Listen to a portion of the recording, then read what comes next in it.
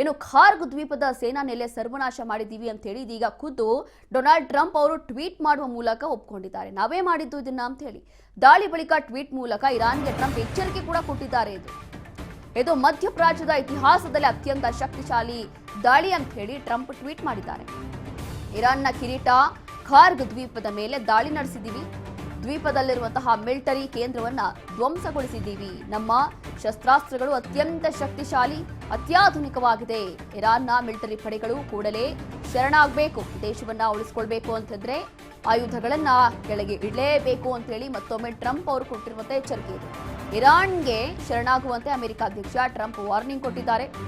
ಈ ಹಿಂದೆಯೂ ಕೂಡ ಅವರು ವಾರ್ನಿಂಗ್ ಕೊಟ್ಟಿದ್ರು, ನೀವೇ ಬಂದು ಶರಣಾಗತಿ ಆಗಬೇಕು, ಇಲ್ಲ ಅಂತಂದ್ರೆ ಮಾತುಕತೆ ಆಗೋದು, ಸಂಧಾನ ಆಗುವಂತ ಪ್ರಶ್ನೆಯೇ ಇಲ್ಲ ಅಂತ ಹೇಳಿ ಈ ಹಿಂದೆಯೂ ಕೂಡ ಡೊನಾಲ್ಡ್ ಟ್ರಂಪ್ ಅವರು ಎಚ್ಚರಿಕೆಯನ್ನ ಕೊಟ್ಟಿದ್ರು. ಮತ್ತೊಮ್ಮೆ ಇದೀಗ ಟ್ವೀಟ್ ಮಾಡುವ ಮೂಲಕ ಇನ್ನೊಂದು ಎಚ್ಚರಿಕೆಯನ್ನ ಕೊಟ್ಟಿದ್ದಾರೆ, ಇನ್ನೊಂದು ವಾರ್ನಿಂಗ್ ಅನ್ನ ಕೊಟ್ಟಿದ್ದಾರೆ.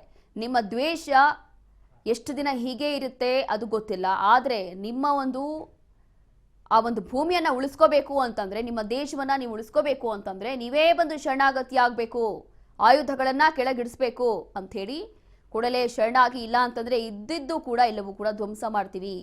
ನಮ್ಮ ಶಸ್ತ್ರಾಸ್ತ್ರಗಳು ಅತ್ಯಂತ ಶಕ್ತಿಶಾಲಿಯಾಗಿದೆ ಅಂತ ಹೇಳಿ ಈಗ ಟ್ರಂಪ್ ಅವರು ಮಾಡಿರುವಂತಹ ಟ್ವೀಟ್ ಇದು.